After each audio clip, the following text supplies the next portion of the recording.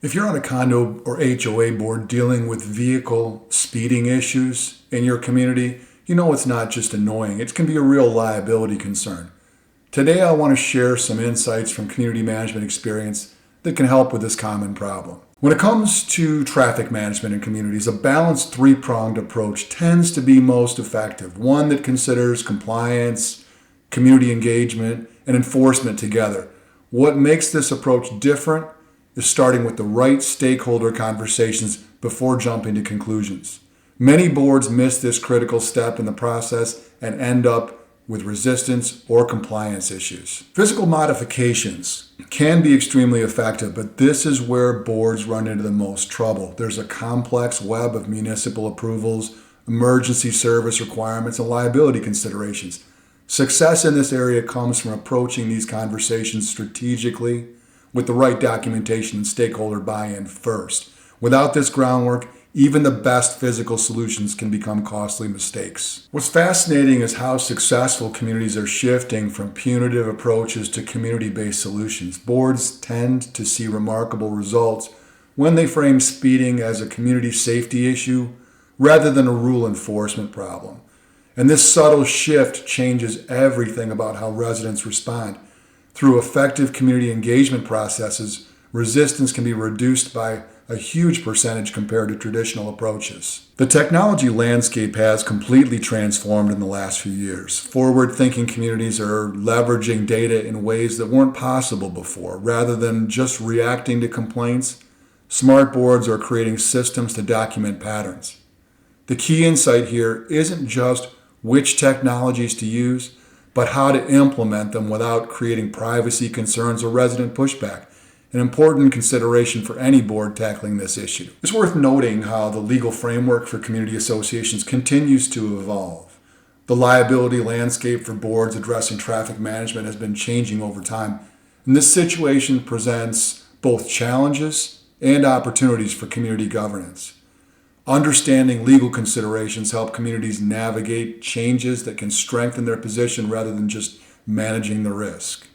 And one critical pitfall for boards is issuing violations based solely on verbal resident reports. Picture this.